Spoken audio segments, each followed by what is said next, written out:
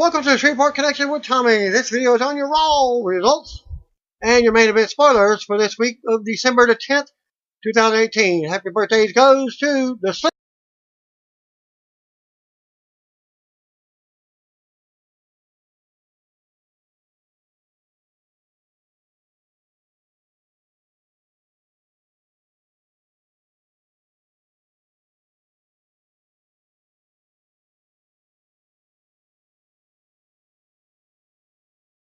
In 1960, Kurt Angle had a birthday also December 9th. He was born in 1968. He's the same age as I am. He's now 50 years old. December 10th, S.A. Rios. Remember, his manager was, back then, Lita, when she made her debut. And he was born 1978. And rounding out birthdays for December 10th, JTG. In 1984 he was born. Big Cass was supposedly to appear on the second half of the House of Hardcore event over the weekend, but during intermission, the former WWE star had a seizure and fell to the floor in the lobby. House of Hardcore was taking place at 2300 Arena in Philadelphia, Pennsylvania. According to PW Insider, an ambulance was called and EMTs tended to him. Tommy Dreamer also came to the ring and asked fans to say a prayer for Big Cass. He also noted Cass suffered a seizure and wanted to make a point it wasn't drug related. Dreamer said he was with Cass all day. And here are the tweets from those in attendance of the event, including Xfinity senior TV and entertainment editor David Onda, who noted Cass made it up to one knee and was eventually loaded into the ambulance to be checked out, taken on to the hospital. At Carrie J, 915-449-774 on Twitter. Comments at Jeff Lane 22, at the Vince Russo, at Dave Meltzer WON. Walking back from the bathroom, Big Cass had a seizure right in front of me. At David _Onda, replying to at David _Honda, Tommy Dreamer and Bubba Ray Dudley are by his side. He looks responsive. Scary stuff. Also, he says, replying to himself, he's awake, eyes open, looking to be communicating. I'm staying far back to give everyone room. But it is a positive sign. Send your good vibes to Cass. The comments again. Ambulance has arrived. Cass is still on his back, but again, he looks responsive.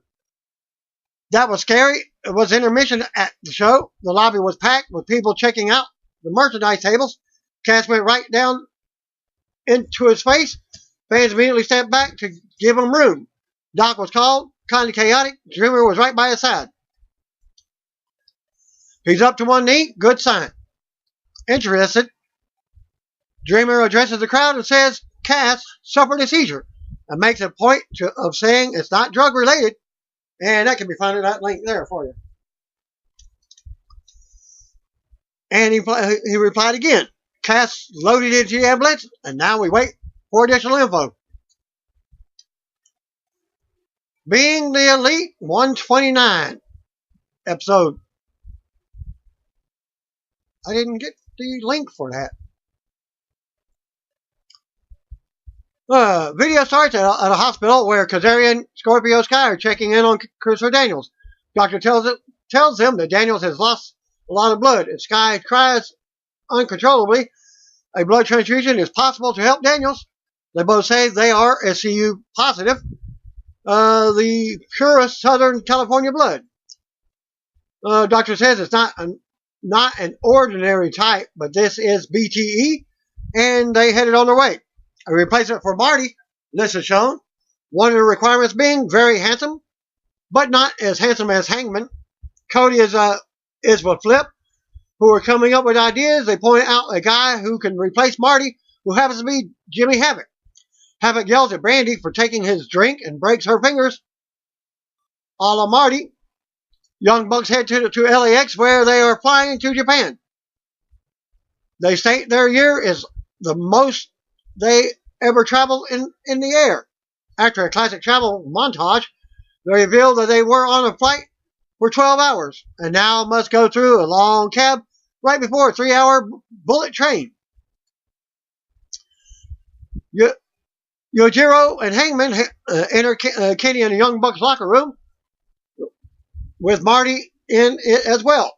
Yujiro calls them all out on a variety of issues, no invites and parties, calling Kenny Lesnar before leaving. Before the scene ends, he curses out Paige as well. Sky is recovering from donating blood when Kaz comes in upset. He ended up getting a blood transfusion from a skull. Kenny and Kota are eating apples.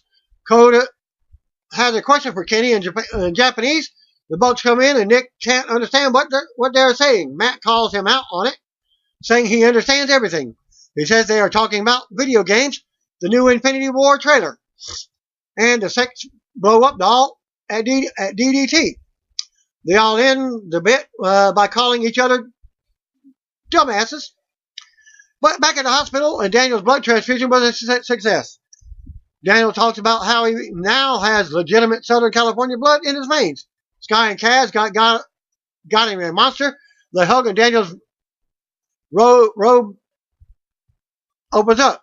Hangman is rummaging through Kenny's room. Nick and Matt barge in saying it is each their room. Paige is looking for the note from H. And another note arrives. If you choose to be our next big hire, all cease and desist orders will expire. Sign with a stooge. We'll wipe your slate clean.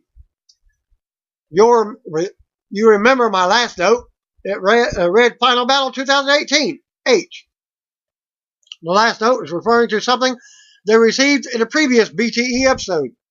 Marty ends the episode by asking what they are doing in his room. Rey Mysterio made his WWE return in October and wrestled his first singles match for the company in over 4 years.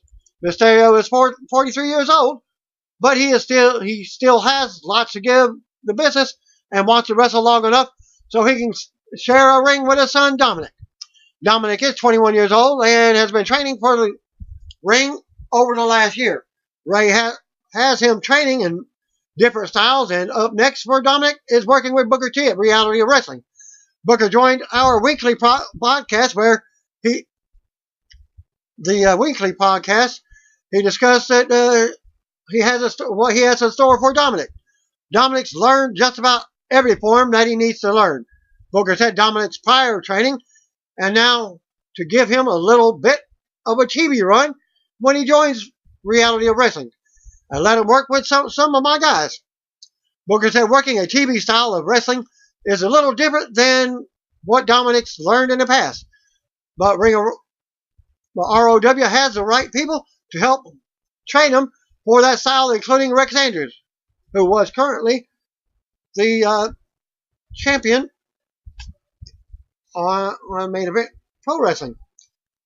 Due to injury, they removed him. Booker also said that he's looking forward to working with Dominic because he's the son of his favorite wrestler. It's going to be awesome to work with the son of a guy I respect so much, a guy who I always said was my favorite wrestler in Rey Mysterio, said Booker. As far as current wrestlers in Booker's promotion, some of them have caught the eye of WWE and will be headed to the Performance Center in the near future. Some of them have already been on WWE TV. Buku Dao. He's a Vietnamese wrestler who also wrestled at Main Event Pro Wrestling this past weekend. As a couple of my guys are getting tryouts next month and pretty stoked about it, revealed Booker. I don't want to say their names as I don't want to jinx them or anything like that. Booker ends up revealing a couple of names and said his wrestlers, Gino and Bam Harrison, will be getting WWE tryouts next month. Thus, probably, it's already December, so that will be in January. And I've already said that Buku Dao, he was in a previous couple of segments with Braun Strowman on Raw a few weeks back. Both of those guys have worked for me for quite some time, as Booker said, of the two. And Conan chimes in, also joined the podcast at this link, where he talked about working with Dominic, who also happens to be his godson. He's incredible because he's not like our typical wrestler or son's wrestler. Conan stated he didn't grow up wanting to be a wrestler. He was very disinterested, and all of a sudden, he told his dad, "I think I want to try this." Conan then revealed one of the factors which led to Mysterio coming back to WWE. That's one of the reasons Mysterio went back to WWE, because he wants to open the doors for Dominic, said Conan. Even though Dominic is much bigger than his father, Conan said that there will always be comparisons between the two, and it's best that Dominic learns many different styles in addition to Lucha Libre style his father made famous. It's unknown where he will be coming out with a mask, but probably not. There's going to be comparisons, but Ray wants to make sure his son is properly trained, so he's got him going with Lance Storm, Canadian-style wrestling. He's going to send him to Japan, and that's also Lance Storm. I think he's going to send him down to Booker, which is already there. Phoenix is going to train him a little bit. That's more Lucha Libre style. I'm going to train him. He's going to get real good training, so when he goes in there, he looks good and he can take care of himself, said Conan. In that segment. SmackDown Women's Champion Becky Lynch and AJ Styles played a game on Smith's Toys Superstore YouTube channel at this link. Both superstars had to answer a number of questions that pertained to either themselves or the other person. For example, who had spent more time in a Royal Rumble match? It was Lynch with just under 31 minutes. NXT star Chelsea Green has tweeted a number of daily scare videos. Can be found in this link, where she'll scare her boyfriend, Zack Ryder. While at home, her attempts are usually successful, but Ryder attempted his own at 1 a.m. and ended up getting a less than enthused reaction. As I posted that first link for you, at I'm Chelsea Green, the most epic scare at Zack Ryder. Hashtag daily scare at Zack Ryder. I tried to scare at I'm Chelsea Green, and it can be found in this link. And Chelsea chimes in right back. I'm Chelsea Green. OMG. Not my best look. I'm sorry. A new episode of the Edge of Christian show on the WWE Network with Hall of Famer Shawn Michaels is being interrogated over the infamous barbershop window segment with Marty Jannetty. Can be found in this link. Bayley and No Way Jose visited the San Telmo neighborhood and participated in a tango lesson while in Buenos Aires, Argentina this last week, and that can be seen in this link. And she comments, actually WWE comments, at WWE, at It's Bayley WWE, and at WWE No Way Jose showed off their dancing skills in a recent tango lesson in Buenos Aires, Argentina. And your spoilers from San Diego for your main event. Tyler Breeze defeated Apollo Crews. Lucha House Party defeated the Ascension and Kurt Hawkins. Raw was up from Valley View Casino in San Diego, California, with WWE Intercontinental Champion Seth Rollins in the ring.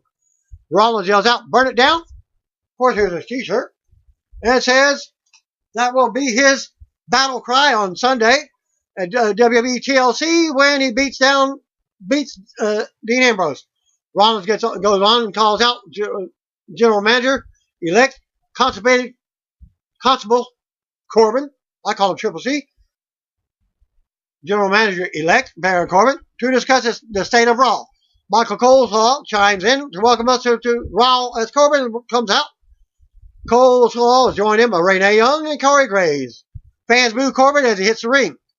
Constipated One says his office is always open for a top superstar like Rollins. Rollins tells him to cut the crap. Everyone is tired of hearing it. Rollins says Raw has sucked under Corbin's leadership. It has sucked because Corbin comes out every week and makes it all about him. The Corbin sucks chant starts up for the crowd. Rollins says what Corbin has been doing is not all right. It's wrong. Corbin says Rollins is frustrated, but he's allowing Rollins to vent. So Rollins should watch how he speaks to him. Rollins goes on and says Corbin has no idea what to do with the roster he has. He brings up how the Revival should be competing for the Raw Tag Team titles, but instead they're participating in Lucha House Party rules matches. Rollins wonders what Lucha House rules are. He also mocks Corbin's weekly segments with Bobby Lashley and Drew McIntyre, and the P segments with Jake Maverick. Rollins says Corbin's actions are just masking his insecurities. Fans boo when Rollins mentions how the WWE Universal title was just handed back to Brock Lesnar, a guy who just shows up when he wants to show up. I agree. Rollins says the problem is Brock never wants to show up. Rollins goes on about Lesnar not being here. Rollins says the last time Lesnar competed in a Raw match was 2002. Rollins says Corbin's experimenting has been a massive failure. He points out how everything is at an all-time low, including TV ratings. And according to the TV ratings this week, it has been at the all-time low. And it's all because of Corbin. Corbin appreciates the feedback, but next time Rollins should save him some time, write it on a piece of paper, and leave it on the desk, and he can file it under the I don't give a damn category. Corbin doesn't care what Rollins, the roster, or the fans think. Corbin says Raw is his show, and he will be in charge for a long time. Corbin says if Rollins thinks it's bad, now it's going to get a lot worse for a guy like Rollins. Corbin says Ambrose will beat Rollins on Sunday at TLC, and then Corbin will defeat Braun Strowman by forfeit. Corbin says he will be permanent general manager as of Sunday. Rollins interrupts and points out how there are tables, ladders, and chairs all over. And Corbin just said he always wanted to have a TLC match, so why not have one tonight? Fans pop. Corbin goes on and says no. He keeps talking, but Rollins calls him a coward every time he tries to speak. Corbin eventually makes the TLC match for tonight and says the Intercontinental title will be on the line. Corbin leaves as the music hits. So the Cup segment, Alexa Bliss hosts a face-off between Nia Jax and Ronda Rousey. Also, Chad Gable and Bobby Roode get the Raw Tag Team title shot in a 2-on-3 handicap match against Drake Maverick and AOP. We go to commercial. Back from the break, Dr. Pentes approaches Seth Rollins backstage. He admits it may not have been the smartest decision to get himself into a match with Baron Corbin 6 days away from TLC, but he's tired of it and has to take a stand for the others in the back. If he won't, then he doesn't deserve to have the title. 2-on-3 handicap match for the Raw Tag Team Championship. Chad Gable and Bobby Roode versus Austin Payne and Drake Maverick. We go to the ring in 205 Live with General Manager. Drake Maverick waits with Raw Tag Team Champions Austin Payne. A common Rezzer. Chad Gable and Bobby Roode were out next. The bell rings and the comm clubs Gable out of the air and works him over. Rezzer tags in for a double team. Rezzer beats on Gable as the referee warns him to back off. Rezzer knocks Roode off the apron. Gable fights back, but Rezzer floors him with a clothesline. Drake tags in for a 1 count on Gable. He tags right back into Rezzer and puts a boot to Gable. Gable and Roode end up clotheslining AOP over the top rope to the floor. They bring Drake in the ring and then launch him out onto Rezzer and a comm. Back to commercial. Back from the break, Rezzer has Gable grounded in the ring. Drake tags back in and nails Gable while Rezzer holds him. Drake with some trash talking and a slap to the face of Gable. Gable pushes him against the ropes and Rezzer makes the save. Macomb tags back in for the double teaming as Macomb takes Gable back to the corner and slashes him. Roode finally gets a tag and unloads on Macomb, then decks Rezzer off the apron. Macomb sends Roode to the apron, but Roode rocks him. Roode comes off the top, but Macomb ends up countering and slamming him. Rezzer tags back in, and Roode goes down off of another double team. Gable makes a save and breaks a pin. AOP hits a super collider. Gable counters his power bomb, but AOP drops him anyway. AOP then hits a double team power bomb on Gable. Drake wants to be tagged in. Drake comes in and smacks Roode. Drake wastes some time and covers Roode, but Roode counters and schoolboy pin as he suckered him in and pinned him for and won the title. Winners and new Raw Tag Team Champions, Bobby Roode and Chad Gable. After the match, Roode and Gable hit the stage with the titles as Roode music hits. Drake and AOP look on from the ring and they aren't happy. They'll argue with Drake. What happened? Still to come, segment. Dolph Ziggler versus Drew McIntyre in a TLC rematch for the Intercontinental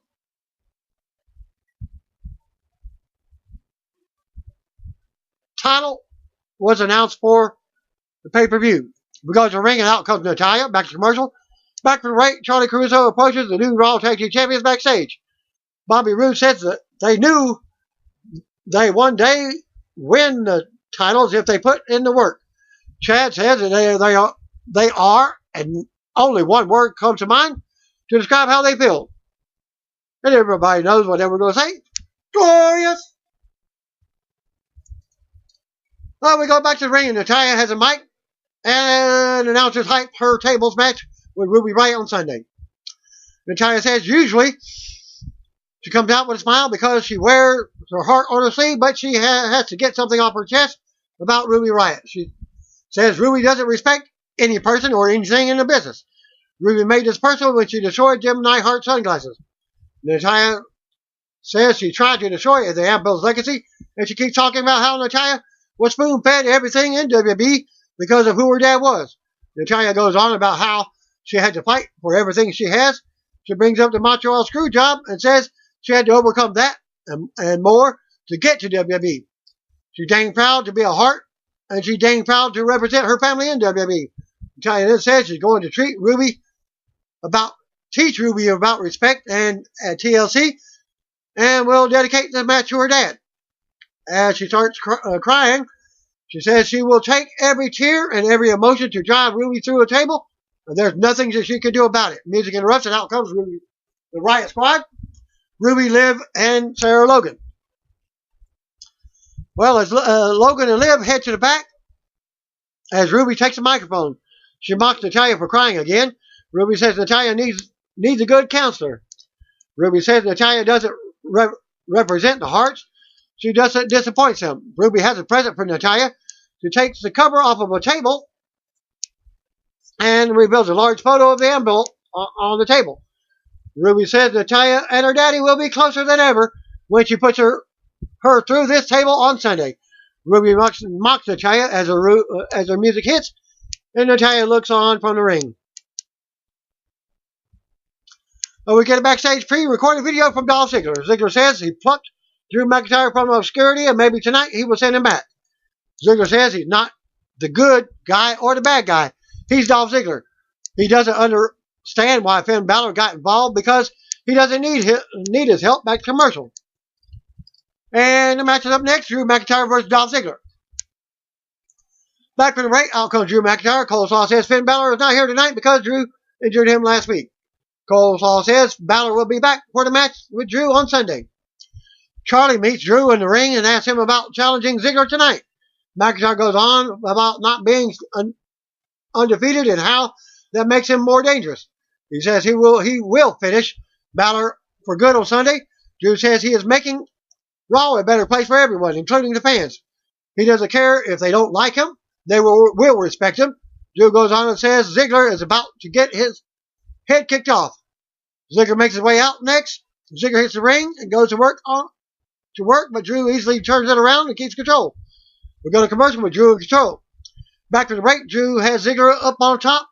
Drew fights off of a counter and brings Ziggler to the mat with a huge slam from the second rope. Ziggler kicks out. Drew sends Ziggler to the floor and follows. Stalking him, Drew tries to hit a suplex on the floor, but Ziggler sides out and sends him into the ring post as the referee counts. Ziggler makes it back into the ring while Drew is still down on the floor. Drew makes it back in at the 9 count, barely beating the count. Ziggler goes to deliver a super kick, but he collapses as his leg goes out.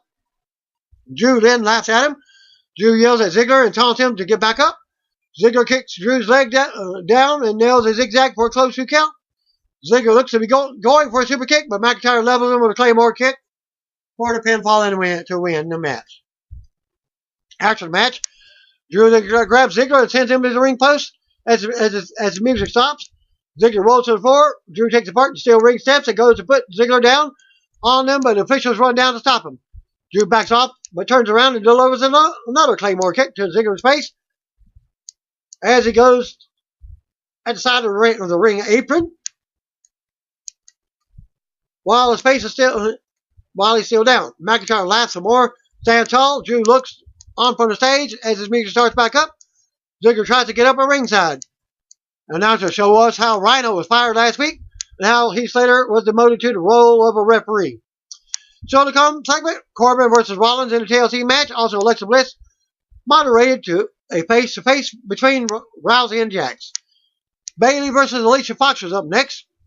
We go to the ring. Out comes Sasha Banks. Bayley is out next and head to the ring together. Back to commercial. Back from the break. Out comes Alicia Fox with Jinder Mahal and the Singh brothers. Back and forth start the match. Bayley finally makes a comeback and hits a back suplex. Bayley gets fired up. Looking out at Jinder and the Singh brothers. Bayley with a running shot in the corner and a DDT from the ropes. Sunil Singh and Samir Sid got on the apron to distract Bayley by dancing around, allowing Fox to nail a big running boot to Bayley's face. Apollo Crews music hit. Now he comes to even up the thing as he's now her mixed match challenge partner. And the music hits. Out he comes. Crews will be replacing Finn Balor in tomorrow's mixed match challenge as Balor is injured, according to Michael Colesaw. And rumor going around, he wasn't there for a while because he was sick. Crews backdrops Sunil Singh at ringside. Banks leads off the apron and hits Sunil Singh with a Meteora. Crews drops Samir and Jinder next, then sending Sunil into Jinder. Banks wants Crews to toss her onto the others as he does, taking down Jinder and the Singh brothers again. This leads to Bayley hitting Bayley to the belly, suplex, and Fox in the middle of the ring to pin her and get the pinfall.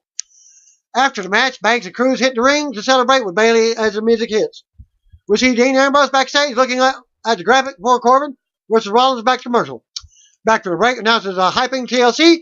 Charlie Crews is backstage with Dean Ambrose. Ambrose tells her not to call him the lunatic fringe again. He's not interested in letting her speak at all, as it appears. Ambrose talks about how the Rollins he knows isn't the architect. He says Rollins is doing everything for his big fat ego, including the TLC match with Baron Corbin tonight. Ambrose says Rollins always stepped on him and Roman to get ahead. Ambrose goes on and says he will take the title from Rollins on Sunday if he still has it after tonight. Charlie asks Ambrose what Reigns would think about everything going on. Ambrose says, who cares? Charlie asks him about this. A video package showing the events from the night Reigns announced his leukemia battle up to what happened with Ambrose and Rollins last week. Ambrose looks away and doesn't have anything to say as Charlie holds the mic to him. Ambrose just walked away. Still to come second, Alexa Bliss moderates a face-to-face between Nia Jax and Ronda Rousey. We see Elias backstage with his guitar, tuning up. He has a special song for Bobby Lashley coming up. Back to commercial. Back from the break, Elias is in the ring with his guitar as JoJo does the introduction. Elias introduces himself and plays the guitar. Some fans cheer. Elias talks about how Bobby Lashley did a radio interview earlier in the day and said if he could, he would move to San Diego move the San Diego sports team to a cool city like Los Angeles. Elias says if it were up to the people, a loser like Lashley wouldn't be allowed in San Diego to perform. As he goes on and says, everyone here knows what Lashley will find out at TLC on Sunday. What WWE stands for? Walk with Elias. As he does it a second time, then we see a photo on the big screen of Elias smashing the guitar over Leo Rush last week. Elias starts performing his latest song, taking a shot at Lashley. Music interrupts. Out comes Rush with Lashley. And the match was on. Leo Rush versus Elias. As Leo is in a tank top. Nothing spectacular for his ring gear, like he does on 205 Live. Bobby talks Leo up and heads to the ring. Back to commercial. Back from the break. The match is about to begin when referee Heath Slater comes to the ring to officiate his first match. Rush used his feet against Elias to start, but Elias catches him. Rush counters and lands on his feet, but Elias easily grounds him. Elias keeps control by Rush's arm now as Lashley looks on. Elias overpowers Rush again and takes him to the corner. Elias launches Rush across the ring Elias with a chop in the corner. Elias whips Rush into the opposite corner, and he hits hard. Falling out to the floor and clutching his back in pain, Elias rolls Rush back in. Lashley grabs Elias's boot, and Slater is distracted. Elias kicks him in the back, but Rush takes advantage and works him over. Elias comes back in, but Rush keeps delivering strikes. Elias catches Rush in a wheelchair, turning that into a sit-down powerbomb. Rush breaks a pin and pounds on Elias, but Slater isn't calling the match. Slater asks Lashley to leave the ring. Lashley gets in his face and intimidates him. Lashley grabs Elias and nails a big choke slam. Lashley stares back at Slater before waking Rush up. Pointing him to Elias, there's a guitar ringside. Rush brings the guitar back in the ring. Lashley grabs the guitar, smashes it over the back of Elias as he tries to get back up. Rush rolls back in the ring. It covers Elias for the pin, but Slater hesitates. Lashley turns to Slater, and Slater slowly makes a count for the win. After the match, Rush and Lashley celebrate. As they discuss it, Slater marches to the back. We go to replays. Lashley and Rush finally exit the ring as another referee comes in to check on Elias. We see Alexa Bliss backstage talking to a staffer. She will moderate the Jax versus Rousey face-off. Back to commercial. We get a look at an earlier segment with Seth Rollins and Baron Corbin. We also see how AOP dropped the tag titles to Bobby Roode and Chad Gable. We go to the ring. Out comes Alexa, then Nia and Tamina. Jax takes shots at Raw Women's Champion Ronda Rousey to start the segment. Jax goes on and looks at her right hand and talks about how she put SmackDown Women's Champion Becky Lynch down with it. She says she will do the same thing with Rousey on Sunday at TLC, but she won't stop with just one punch. Jax goes on about how she's a strategist and how she will still defeat Rousey on Sunday if she blocks a punch. Jax screams out. The music interrupts. Out comes Rousey. Rousey says she didn't come out here to hit her poses and talk about fighting. She came to fight. Rousey rushes the ring, and Jax and Snuka retreat to the floor. They regroup and hit the apron to stare Rousey down. Ember Moon's music hits, and she runs down to join Rousey in the ring. Jax and Snuka go back to the floor, and we get a match. Ember Moon versus Tamina Snuka. Back from the break, the match is underway. Ember counters and drop kicks Snuka into the bottom rope. Jax pulls Snuka to safety. Moon faces off at ringside with Jax, and Rousey comes over to stand with her. Jax backs down from Rousey. They come back in, and Ember rolls Snuka up for a 2 count. Snuka comes back with a big kick, sending Moon back to the floor. Moon makes it back in at a 5 count, and Snuka goes right to work on her as Jax cheers her on from ringside. More back and forth action in the ring. Moon unloads with kicks, taking Snuka down with a sweep to one knee. Moon drops Snuka on her face and covers for a 2 count. Snuka comes back with a power slam for a 2 count. Ronda cheers Moon on. Moon counters and drops Snuka with knees to the face. Moon goes to the top, but Jax gets on the apron. Rousey pulls her off and sends her over the barrier. Moon goes back up and hits the Eclipse on Snuka for the pin and the win. After the match, Rousey hits the ring to raise Moon's arm as the music hits. Jax and Snuka look on from ringside. Nothing more than that. And we get a look at Seth Rollins preparing for the main event backstage. Back to commercial. Back from the break, Charlie Caruso approaches Baron Corbin in his office. Charlie asks about the abuse of power, and Corbin jokingly asks if she's trying to get sent to SmackDown. Corbin says that the WWE Universe would have been deprived of seeing him use a table, ladder, or a chair if he didn't accept the challenge tonight.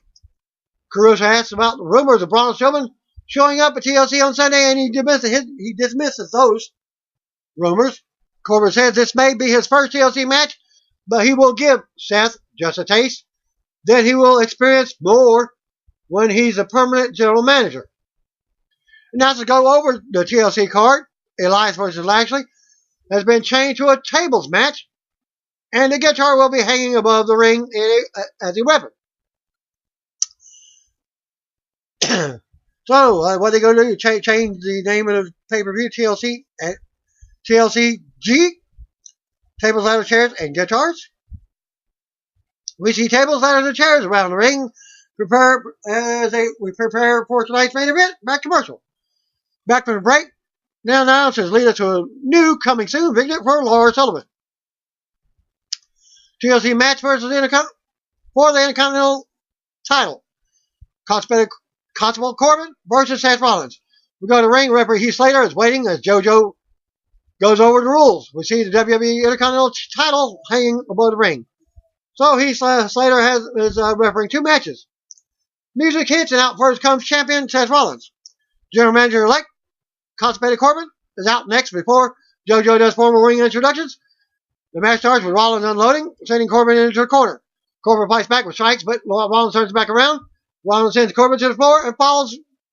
Rollins then grabs a chair as Corbin goes back into the ring. Rollins with his shoulder for the apron. Rollins tries to springboard in, but Corbin decks him. Corbin orders Slater to bring a ladder into the ring to do a dirty work. Rollins has a springboard clothesline to send Corbin back out to the ring. We go back to commercial as the ladder was not brought into the ring. Back from the break, Corbin beats Rollins around with a chair. Corbin takes Rollins to the floor and sends him into the barrier. Corbin keeps control as fans boo him.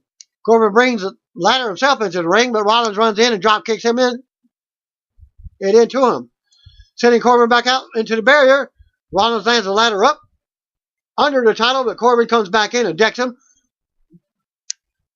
The ladder is leaning into a corner now. Corbin suplexes Rollins onto the ladder in a corner. Of course, you know, when Heath was done as a referee, hired as a referee, you know he's going to be like the NWO referee, only helping the constipated one to win matches. Well, Corbin wedges the chair in the corner, but Rollins counters. Rollins tries to send Corbin into the chair, but Corbin goes under it, runs back into the ring, and nails Rollins to booze. Corbin then mocks Braun Strowman and wastes some time. Corbin ends up backdropping Rollins over the top rope to the floor. Corbin positions the ladder and climbs up slowly for the title. Rollins springboards in and lands on the ladder. They fight up the ladder. Corbin pulls Rollins down, but Rollins kicks him to the gut. Corbin avoids the stomp. Corbin ends up sending Rollins face first into the ladder to tip it over. Corbin kicks Rollins to the floor under the bottom rope now. We go back to commercial. Sidebar. Action still going. Video. We get split screen. Back from the break. Corbin catches Rollins with a deep 6. Corbin with a right hand and some trash talking. Corbin keeps Rollins down as the referee Slater looks on. Rollins fights back into the middle of the ring. Corbin with a knee to the gut. More back and forth now. Rollins grabs a steel chair that was wedged in the corner as fans chat for tables. Rollins with a steel chair shot to Corbin while he's down now. Rollins unloads him with chair shots. Corbin rolls out of the ring. Rollins runs ropes and hits the suicide dive, sending Corbin into the barrier. Rollins runs back in and nails another dive to the floor. Rollins goes back into the ring and tries a third dive, but Corbin catches him. Corbin chokeslams Rollins through the table on the floor. Corbin returns to the ring, climbs the ladder for the title, but Rollins runs in with chair shots to the back. Rollins accidentally hits Slater with a chair. Slater ends up on the floor. Rollins is also on the floor. Corbin follows and goes for the end of days, but Rollins counters. Corbin charges, but Rollins moves, and Corbin hits the steel ring steps. Rollins with a kick to the face. Rollins places Corbin on a table on the floor. Rollins goes back in and goes to the top. Rollins nails a big frog splash through the table as the fans pop. Rollins then returns to the ring, climbs up for the title. Slater returns to the ring and grabs the ladder, tipping it over. As Rollins pleads with him, Slater stands the ladder back up and goes to the floor to help Corbin back up. Slater rolls Corbin back in the ring and helps him up the ladder. Rollins runs back in and delivers a buckle bomb through the table. In the corner, that was a diagonal, of course, to Corbin as the fans cheer. Rollins drops Slater and then Corbin again. Rollins climbs the ladder and retrieves the title to retain. After the match, Rollins poses on the top of the ladder with the title on as the music hits. Dean Ambrose comes walking out, but does nothing, just stares Rollins down from the stage. Raw goes off there at that point, as they just stare each other down. And WWE.com has Seth recovering with this video after the show ended. Nothing more. That's all I got for anything that went on after Raw went off the air. So that concludes my results for Raw and WWE main event. Thanks and peace out. See you want to be. If you don't know, just call me, brother, sisters.